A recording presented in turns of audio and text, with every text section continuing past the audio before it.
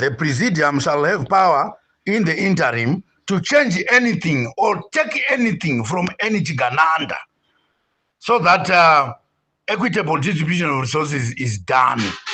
We are not going to consider people who acquired property through meander ways. Iwasara.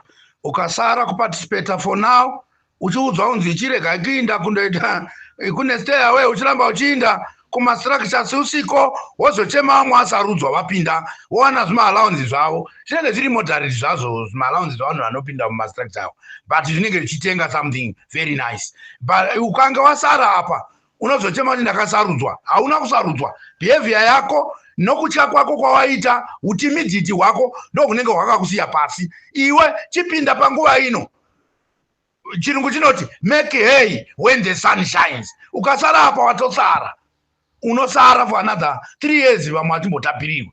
Pinda kana une nzara, pinda. Vari kuparliament vanotitengesawo, ndivungu kuti vanokwana apo. Asi kana mango vaisa munenge mavaisa asi apa, ndivungu kuti vanokwana apo. Havakwani muhurumende tsvai. Izvi tavakuita come with the new. You can see what I mean.